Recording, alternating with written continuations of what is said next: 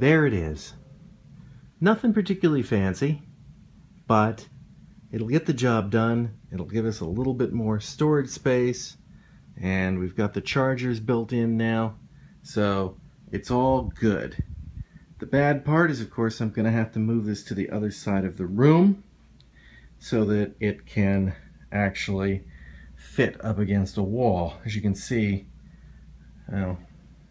if I put that nightstand in and snugged it up to the wall, we'd be way over the window, and you can see the closet there. There'd be no room for that door, and that's the problem. So it's got to go up against the wall behind me, and the problem with the wall behind me is that we've taken everything out and piled it in one huge unruly mess so that we could have the space to do the work. And so now, tomorrow, I have to figure out how to get it dun dun dun over there. I'm heading home from work at lunchtime. It's a little tight, but I can usually get home and get back in the hour if I have to. And the reason that I'm heading home today is because I left my Apple Watch at home.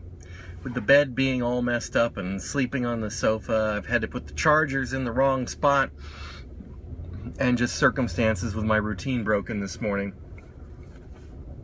I failed to pick up my watch. And I got 3/4 of the way to work this morning and realized that I had forgotten it. And I didn't turn back and get it because I wanted to see how my day went without it. I've been planning to do a review of the watch, but I wanted to give it some time. I wanted to give it some time where I'm at work, and I wanted to give it some time while I was on vacation in Taiwan, and just get the whole Apple Watch experience before I decide to commit to a opinion on it. This is not a game changer like the iPhone was. When I got my iPhone, it was a day, and I was it was indispensable. If I had left my iPhone at home this morning and I was 3/4 of the way from work, I would have gone back to get it. But with the watch, not only did I think, well, I'm not gonna go get it, but I also want to see how my day goes without it.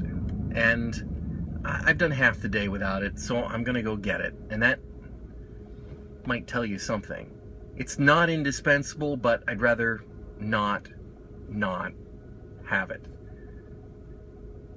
So I guess I'm gonna have to formulate my ideas tonight and try to give you my review of the Apple Watch.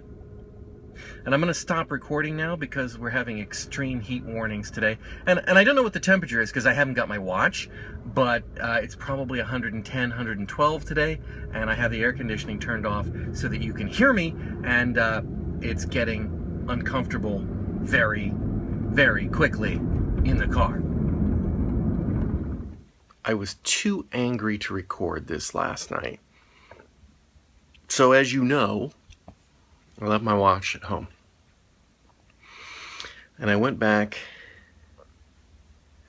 home at lunch to get it, which was, an extra trip that it's like, and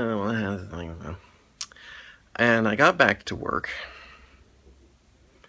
and I was walking around a corner, and as I walked around a corner, somebody else came along the corner from the other direction, and they cut the corner too closely. I was pretty close to the corner, so I was in their blind spot, but they cut the corner closely as well.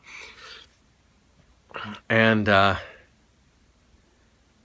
so we didn't collide, but I had to, be even closer to the corner as I went by. And I hit my watch against the marble corner of our building, and I've chipped the crystal on the front of the watch.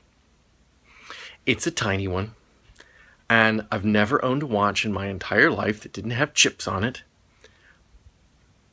but it's just irritating. It's irritating that would never have happened if I hadn't gone back to get the watch, etc., etc., etc. So it's like I went out of my way to chip the watch, even though it wasn't my fault. But nonetheless, it's just irritating. With the headboard and the new frame put together, it's time to inflate the new bed. It's a slow process.